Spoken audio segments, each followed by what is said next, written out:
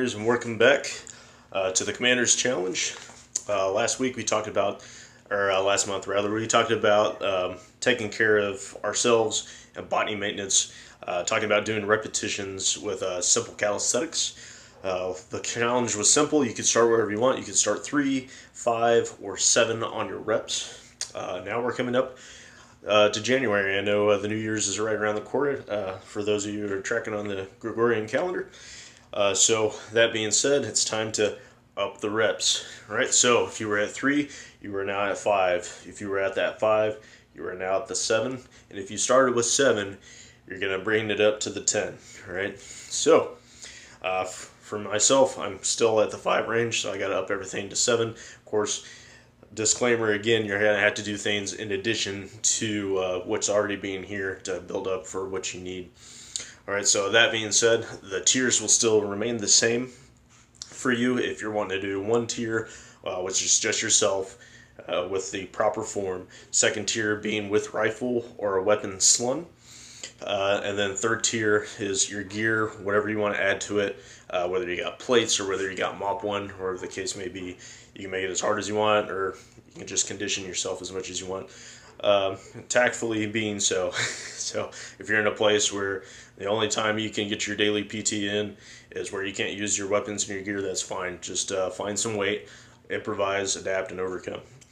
Alright, so what we're going to do is we'll talk about the weapon manipulation stage along with your dexterity and your gear. Alright, so last time we covered your primary weapon. So those of you who are curious for the content that are coming out, don't worry, there's more to follow. We'll cover primary, we'll cover secondary, and we'll cover your tertiary weapon drills as well. Again, we're not taking the time to teach you. You're going to have to come out for training for that. So I'm not going to take the time for the purposes and explaining how to do the drill, how to do your body movements. This is not a teaching video. This is things that you should have already been trained on. If you're not, then hopefully you're catching up and you can utilize your gear and get your dexterity that way. So last time we gave you 3 simple offensive bayonet drills with your weapon, without ammo, using the weapon without it fully functional yet. I stated last time if you have a carbine, that you should probably get a tomahawk, but there are some things that you can still drill with a carbine, so we don't always get to pick the situations that we're in, mission dependent. So I wanted to touch base on that real quick before we get into the next drills and talk about what you can do with your carbine. All right, so last time we covered the thrust, the cut, and the slash.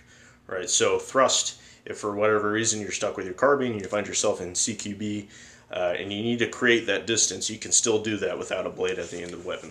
All right, so instead of focusing on the bayonet that is mounted here, you can use your barrel to drive into somebody's face. All right, not a big deal. Same thing with the cut. If you're running coupe, you can take your front post sight and give somebody a nice little schwack to the temple or that knockout jaw. And then last but not least, with the slash, you can always just whap somebody with this barrel if you needed to help create that distance so you can get back up on your tool. All right. So with no further ado, we'll get into the next 3 drills that we're going to want you to do that pertain to bayonets. We gave you 3 simple offensive drills to do. We're going to talk about 3 defensive, and then we'll move on to some other stuff if we have time. All right, so stand by. All right, welcome back, Warriors. So last time we did our bayonet drills, we took you through what's called shadow drills. All right, some of you are familiar with that if you've done any type of martial in your background.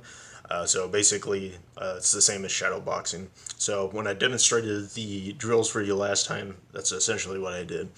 However, I'm going to caution against that if you can. I only did that for demonstration purposes so you can learn. But if you can set yourself up in such a way to where you can make contact or make a kinetic connection with something, you're going to have a better value for your drills when it comes to practicing these things. That way you know what to look for. You're not just, hacking and slashing at the air in the same value as if you were throwing a punch, versus hitting the air with weights rather than hitting a bag. So we're going to want you to try to practice in those ways. As we as we maneuver through those things, you can even add more value, especially if you have a bag like I do set up here in the garage.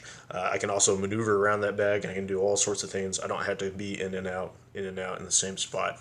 So I can practice in those ways. All right, so basically 3 ways to defend yourself here. Again, very simple.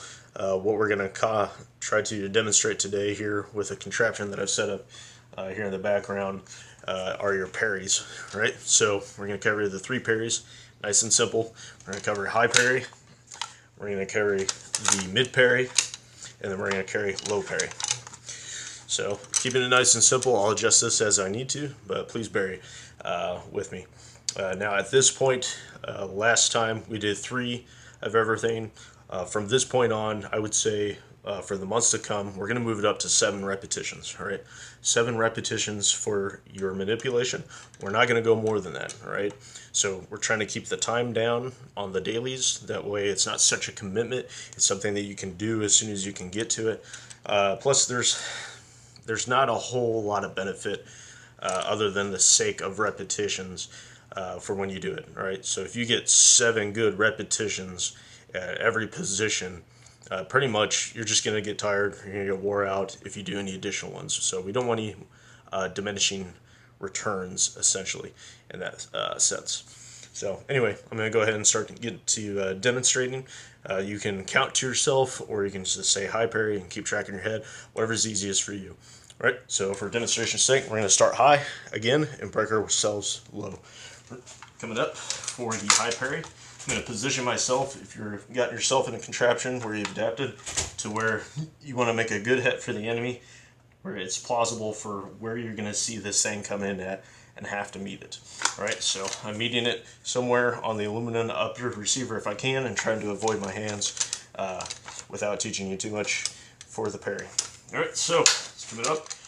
Come up for 7 repetitions at the high parry. All right, prepare to exercise. And exercise. High parry, high parry, high parry, high parry, high parry, high parry, high parry, high parry, high parry. All right, and round's complete.